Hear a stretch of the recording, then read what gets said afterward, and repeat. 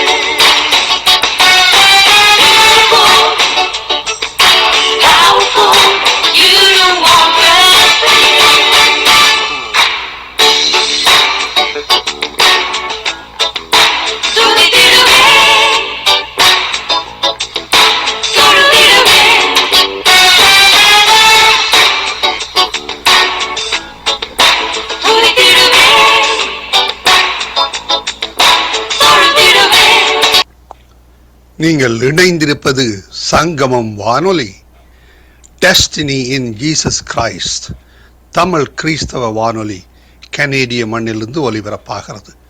Mark 16:15, மத்தேயு 24:14 வசனத்தின்படி இயேசு சீசர்களை நோக்கி, நீங்கள் உலகெங்கும் போய் சர்வ சிருஷ்டிக்கும் சுவிசேஷத்தை பிரசங்கியுங்கள். ராஜ்யத்தினுடைய இந்த சுவிசேஷம் பூலோகமெங்குமுள்ள சகல ஜாதிகளுக்கும் சாட்சியாக பிரசங்கப்படும். அப்பொழுது முடிவு வரும் என்ற வசனத்தின்படி ஆத்துமாக்களை பரலோகத்தில் சங்கமிக்கும் வானொலி சங்கமம். சங்கமம் சங்கமம்.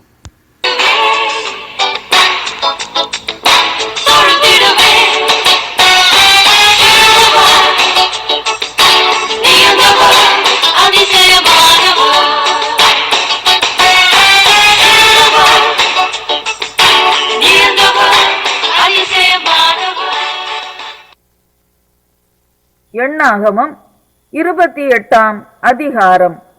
கர்த்தர் மோசேயை நோக்கி, எனக்கு சுகந்த வாசனையாக தகன பலிகளுக்கு அடுத்த காணிக்கையையும் அப்பத்தையும் குறித்த காலத்தில் எனக்கு செலுத்தும்படிக்கு கவனமாயிருக்க கடவீர்கள் என்று நீ இஸ்ரவேல் புத்திரருக்கு கட்டளையிடு. மேலும் நீ அவர்களை நோக்கி, நீங்கள் கர்த்தருக்கு செலுத்த வேண்டிய தகன பலி என்னவென்றால், நித்திய சர்வாங்க தகன பலியாக நாடோறும் ஒரு வயதான பழுதற்ற 2 ஆட்டுக்குட்டிகளை பலியிட வேண்டும். காலையில் ஒரு ஆட்டுக்குட்டியையும் மாலையில் ஒரு ஆட்டுக்குட்டியையும் பலியிட்டு, போஜன பலியாக ஒரு மரக்காலிலே 10 பங்கானதும் இடித்து பிழிந்த காற்படி எண்ணெயிலே பிசைந்ததுமாகிய மெல்லிய மாவையும் செலுத்த கடவீர்கள். இது சீனாய் மலையிலே கட்டளையிடப்பட்ட நித்திய சர்வாங்க தகனபலி. இது கர்த்தருக்கு சுகந்த வாசனைக்கான தகனபலி. காற்படி திராட்சரசம் ஒரு ஆட்டுக்குட்டிக்கு அடுத்த பானபலி. பரிசுத்த ஸ்தலத்திலே கர்த்தருக்கு அந்த ரசம் பானபலியாக வார்க்கப்பட கடவது. காலையின் போஜன பலிக்கும் அதன் பானபலிக்கும் ஒப்பாகவே மாலையில் மற்ற ஆட்டுக்குட்டியையும் கர்த்தருக்கு சுகந்த வாசனையான தகன பலியாக செலுத்த கடவீர்கள். ஓய்வு நாளிலோ போஜன பலிக்காக ஒரு வயதான பழுதற்ற 2 ஆட்டுக்குட்டிகளையும் 10 பங்கானதும் எண்ணெயிலே பிசைந்ததுமான மெல்லிய மாவையும் அதன் பானபலியையும் செலுத்த கடவீர்கள். நித்தமும் செலுத்தும் சர்வாங்க தகனபலியும் அதன் பானபலியும் அன்றி ஒவ்வொரு ஓய்வு நாளிலும் இந்த சர்வாங்க தகனபலியும் செலுத்தப்பட வேண்டும். உங்கள் மாத பிறப்புகளில் நீங்கள் கர்த்தருக்கு சர்வாங்க தகனபலியாக 2 காளைகளையும் ஒரு ஆட்டுக்கடாவையும் ஒரு வயதான பழுதற்ற 7 ஆட்டுக்குட்டிகளையும் செலுத்த கடவீர்கள். போஜன பலியாக ஒவ்வொரு காளைக்கு 10 பங்கானதும் எண்ணெயிலே பிசைந்ததுமான மெல்லிய மாவையும், போஜன பலியாக ஒரு ஆட்டுக்கடாவுக்கு 10 பங்கானதும் எண்ணெயிலே பிசைந்ததுமான மாவையும், போஜன பலியாக ஒவ்வொரு ஆட்டுக்குட்டிக்கு 10 பங்கானதும் எண்ணெயிலே பிசைந்ததுமான மாவையும் கர்த்தருக்கு சுகந்த வாசனையான சர்வாங்க தகன பலியாக செலுத்த கடவீர்கள். அவைகளுக்கேற்ற பான பலிகள் திராட்சை ரசத்தில் காளைக்கு அரைப்படியும், ஆட்டுக்கடாவுக்கு படியில் 1/3 பங்கும், ஆட்டுக்குட்டிக்கு காற்படி ரசமுமாய் இருக்க வேண்டும். இது வருஷம் முழுவதும் மாதந்தோறும் செலுத்தப்பட வேண்டிய சர்வாங்க தகன பலி. நித்தமும் இடப்படும் சர்வாங்க தகன பலியும் அதன் பான பலியும் அன்றி பாவ நிவாரண பலியாக கர்த்தருக்கு ஒரு வெள்ளாட்டுக்கடாவும் செலுத்தப்பட வேண்டும். 1ஆம் மாதம் 14ஆம் தேதி கர்த்தருக்கு உரிய பஸ்கா. அந்த மாதம் 15ஆம் தேதி பண்டிகை நாள். 7 நாளளவும் புளிப்பில்லாத அப்பம் புசிக்க வேண்டும். 1ஆம் நாளிலே பரிசுத்த சபை கூடுதல் இருக்க வேண்டும். அன்றைய தினம் சாதாரணமான யாதொரு வேலையும் செய்யலாகாது. அப்பொழுது நீங்கள் கர்த்தருக்கு சர்வாங்க தகனபலியாக 2 காளைகளையும் 1 ஆட்டுக்கடாவையும் 1 வயதான பழுதற்ற 7 ஆட்டுக்குட்டிகளையும் அவைகளுக்கேற்ற போஜன பலியாக எண்ணெயிலே பிசைந்த மெல்லிய மாவிலே காளைக்காக 10 பங்கையும், ஆட்டுக்கடாவுக்காக 10 பங்கையும், 7 ஆட்டுக்குட்டிகளில் ஒவ்வொன்றிற்காக 10 பங்கையும், உங்கள் பாவ நிவிர்த்திக்கென்று பாவ நிவாரண பலியாக 1 வெள்ளாட்டு கடாவையும் செலுத்த கடவீர்கள். காலையிலே நித்தமும் செலுத்தும் சர்வாங்க தகன பலியையும் அன்றி இவைகளையும் செலுத்த கடவீர்கள். இந்த பிரகாரம் 7 நாளளவும் நாடோறும் கர்த்தருக்கு சுகந்த வாசனையான தகன பலி செலுத்த கடவீர்கள். நித்தமும் செலுத்தப்படும் சர்வாங்க தகன பலியையும் அதன் பான பலியையும் அன்றி இதையும் செலுத்த வேண்டும். 7ஆம் நாளிலே பரிசுத்த சபை கூடுதல் இருக்க வேண்டும். அதில் சாதாரணமான யாதொரு வேலையும் செய்யலாகாது. அந்த வாரங்களுக்கு பின் நீங்கள் கர்த்தருக்கு புதிய போஜன பலியாக முதற்கனிகளை செலுத்தும் பண்டிகை நாளிலும் பரிசுத்த சபை கூடுதல் இருக்க வேண்டும். அதில் சாதாரணமான யாதொரு வேலையும் செய்யலாகாது. அப்பொழுது நீங்கள் கர்த்தருக்கு சுகந்த வாசனையான சர்வாங்க தகன பலியாக 2 காளைகளையும் 1 ஆட்டுக்கடாவையும் 1 வயதான 7 ஆட்டுக்குட்டிகளையும் அவைகளின் போஜன பலியாக எண்ணெயிலே பிசைந்த மெல்லிய மாவில் 1 காளைக்காக 10 பங்கையும், அந்த 1 ஆட்டுக்கடாவுக்காக 10 பங்கையும், 7 ஆட்டுக்குட்டிகளில் ஒவ்வொன்றிற்காக 10 பங்கையும், உங்களுக்காக பாவ நிவிர்த்தி செய்யும்படிக்கு 1 வெள்ளாட்டு கடாவையும் செலுத்த கடவீர்கள். நித்திய சர்வாங்க தகன பலியையும் அதன் போஜன பலியையும் அதன் பான பலியையும் அன்றி இவைகளையும் செலுத்த கடவீர்கள். நீதிமொழிகள் 20ஆம் அதிகாரம். திராட்சரசம் பரியாசம் செய்யும், மதுபானம் அமளி பண்ணும், அதனால் மயங்குகிற ஒருவனும் ஞானவான் அல்ல. ராஜாவின் உருக்குதல் சிங்கத்தின் கெர்ச்சிப்புக்கு சமானம். அவனை கோபப்படுத்துகிறவன் தன் பிராணனுக்கே துரோகம் செய்கிறான். வழக்குக்கு விலகுவது மனுஷனுக்கு மேன்மை. மூடனானவன் எவனும் அதிலே தலையிட்டுக் கொள்வான். சோம்பேறி குளிர்கிறதென்று உளமாட்டான். அறுப்பிலே பிச்சை கேட்டாலும் அவனுக்கு ஒன்றும் கிடையாது. மனுஷனுடைய இருதயத்துள்ள யோசனை ஆழமான தண்ணீர் போல் இருக்கிறது. புத்திமானோ அதை முண்டெடுப்பான். மனுஷர் பெரும்பாலும் தங்கள் தயாளத்தை பிரசித்தப்படுத்துவார்கள். உண்மையான மனுஷனை கண்டுபிடிப்பவன் யார்? நீதிமான் தன் உத்தமத்திலே நடக்கிறான். அவனுக்கு பிறகு அவன் பிள்ளைகளும் பாக்கியவான்களாய் இருப்பார்கள். நியாயாசனத்தில் வீற்றிருக்கும் ராஜா தன் கண்களினால் சகல பொல்லாப்பையும் சிதற பண்ணுகிறான். என் இருதயத்தை சுத்தமாக்கினேன், என் பாவமர துப்புரவானேன் என்று சொல்லத்தக்கவன் யார்? வெவ்வேறான நிறைகளும் வெவ்வேறான மரக்காலும் ஆகிய இவ்விரண்டும் கர்த்தருக்கு அருவருப்பானவைகள். பிள்ளையானாலும் அதன் செய்கை சுத்தமோ செம்மையோ என்பது அதன் நடக்கையினால் விளங்கும். கேட்கிற காதும் காண்கிற கண்ணும் ஆகிய இவ்விரண்டையும் கர்த்தர் உண்டாக்கினார். தூக்கத்தை விரும்பாதே, விரும்பினால் தரித்திரன் ஆவாய். கண் விழித்திரு, அப்பொழுது ஆகாரத்தினால் திருப்தியாவாய். கொள்ளுகிறவன் நல்லதல்ல நல்லதல்ல என்பான், போய்விட்ட பின்போ மெச்சிக்கொள்வான். பொன்னும் மிகுதியான முத்துக்களும் உண்டு, அறிவுள்ள உதடுகளோ விலை உயர்ந்த ரத்தினம். அந்நியனுக்காக பிணைப்பட்டவனுடைய வஸ்திரத்தை எடுத்துக்கொள். அந்நிய ஸ்திரீயின் நிமித்தம் அவன் கையில் ஈடு வாங்கிக்கொள். வஞ்சனையினால் வந்த போஜனம் மனுஷனுக்கு இன்பமாயிருக்கும். பின்போ அவனுடைய வாய் பருக்கை கற்களால் நிரப்பப்படும். ஆலோசனையினால் எண்ணங்கள் ஸ்திரப்படும்.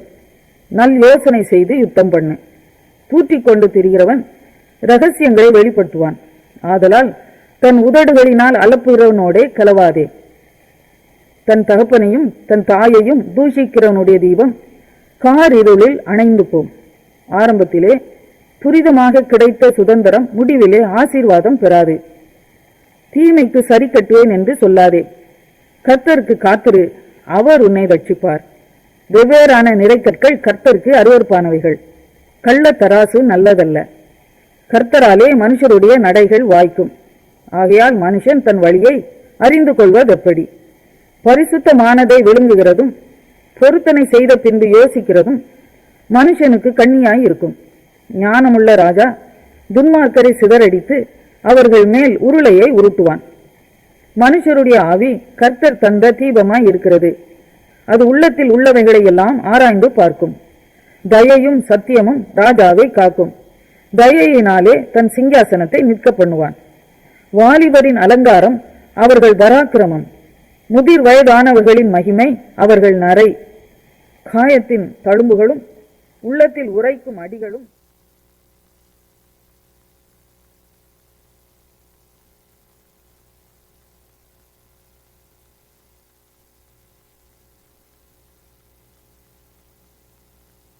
யோவான் எழுதின சுவிசேஷம் 1 அதிகாரம். ஆதியிலே வார்த்தை இருந்தது, அந்த வார்த்தை தேவனிடத்தில் இருந்தது, அந்த வார்த்தை தேவனாய் இருந்தது.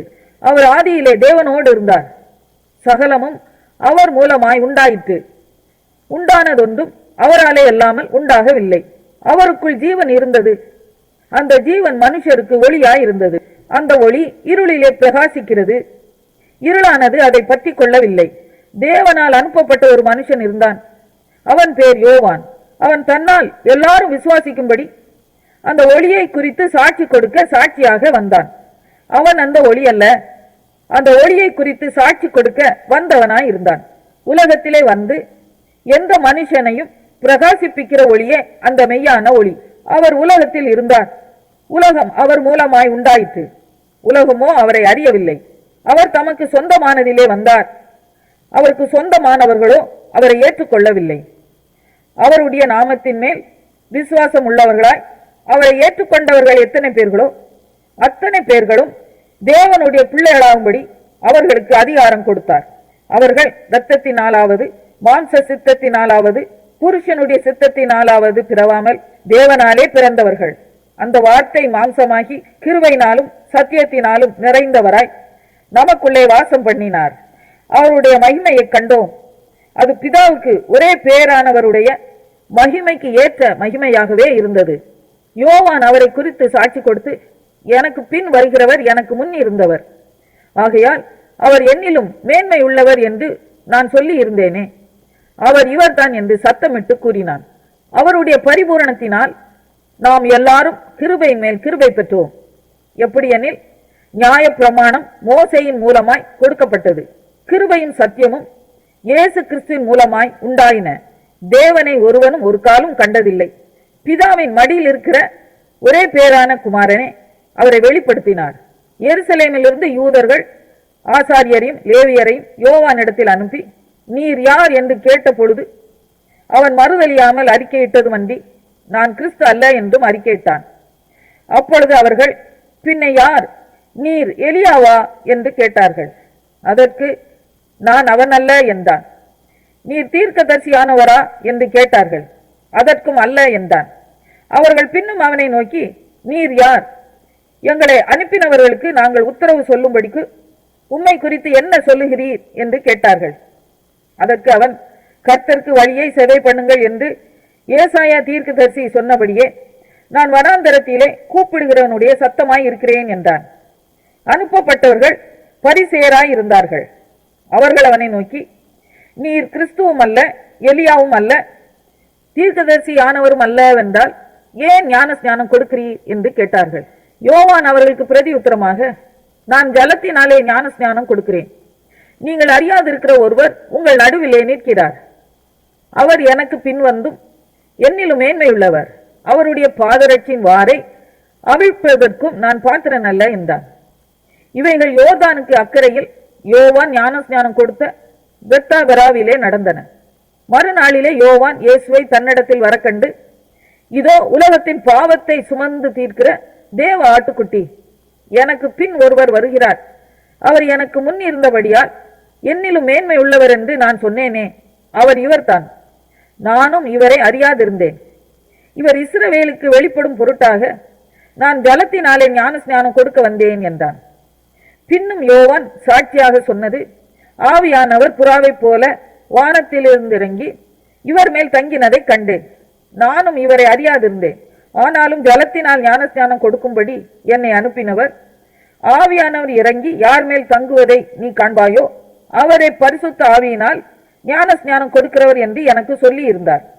அந்தபடியே நான் கண்டு இவரே தேவனுடைய குமாரன் என்று சாட்சி கொடுத்து வருகிறேன் என்றான்.